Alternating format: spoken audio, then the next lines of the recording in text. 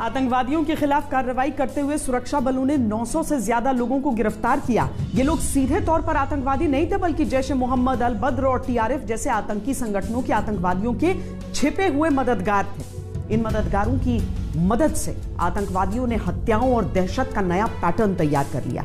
ऐसे छिपे हुए मददगार सबसे अधिक दक्षिण कश्मीर में हैं और पूरे कश्मीर में इनकी संख्या बहुत अधिक है।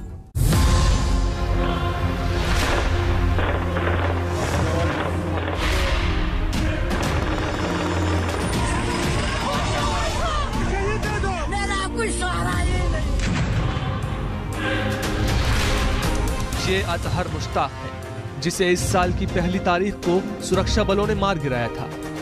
इसके साथ एजाज मकबूल और जुबैर अहमद नाम के 2 आतंकवादी और मारे गए थे। जब इनके घर वालों को इनकी मौत के बारे में पता चला तो उन्हें यकीन नहीं हुआ कि उनके बेटे आतंकवादी हैं। लेकिन जब सुरक्षा बलों ने उनकी आतंक कुंडली खोली तो आतंकवाद की नई परिभाषा सामने आई, हाइब्रिड आतंकवाद।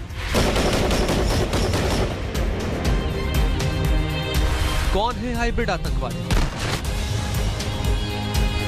आतंकियों ने नई रणनीति तैयार की है, जिसके तहत वो नौजवानों को आतंकियों के बड़े समूह में शामिल नहीं करते, बल्कि 2 या 3 लोगों को छोटे ग्रुप में तैयार करते हैं। नौजवानों का ब्रेन वॉश करके या दूसरी लालच देकर हत्या के लिए राजी करते हैं।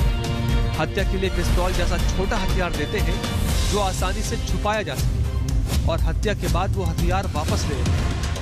आतंकवादियों के इशारे पर हत्या करने वाला व्यक्ति वापस सामान्य जीवन में लौट आता है और उस पर किसी को शक नहीं होता। कई बार घर वालों को भी नहीं पता चलता।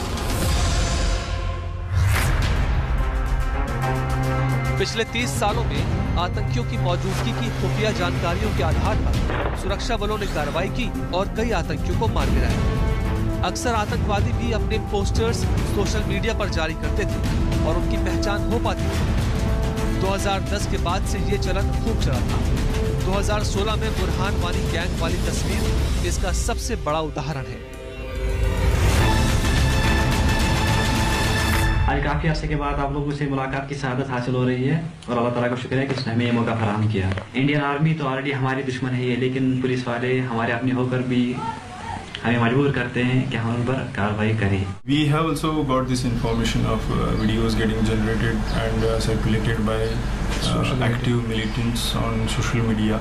We are trying our best to get young generation away from path of violence. Intelligence एजेंसियों का मानना है कि इन्होंने एक रोमांटिक व्यू दी मिलिटेंसी को, और इसकी वजह से जो ज्यादा से ज्यादा यूथ है इनके सफों में शामिल हो रहा है। एक रिपोर्ट के अनुसार कश्मीर में 1 साल में करीब 200 लड़के आतंकवादियों के संपर्क में आकर आतंकी बने, जिनमें से 170 लड़कों के आतंकी बनने का पता तब चला जब वो किसी मुठभेड़ में फंसकर मारे गए या फिर जिंदा पकड़े गए। इनमें से किसी ने कभी भी आतंकवाद से जुड़ी न कोई सोशल मीडिया पोस्ट की थी और न ही वैसी कोई खुली गतिविधि की थी जिसके आधार पर वो संदिग्ध लिस्ट में आए होते। आतंक का ये नया चेहरा सुरक्षा बलों के लिए भी बदली हुई चुनौती है, जिन्हें पार्ट टाइम आतंकी भी कहा जा सकता है। अब तक इंटेलिजेंस रिपोर्ट्स के आधार पर उन्हें आतंकियों के होने की सूचना मिलती थी और वो कार्रवाई करते थे। लेकिन ये नए आतंकवादी घरों का हिस्सा है और सबसे छुपे हुए हैं।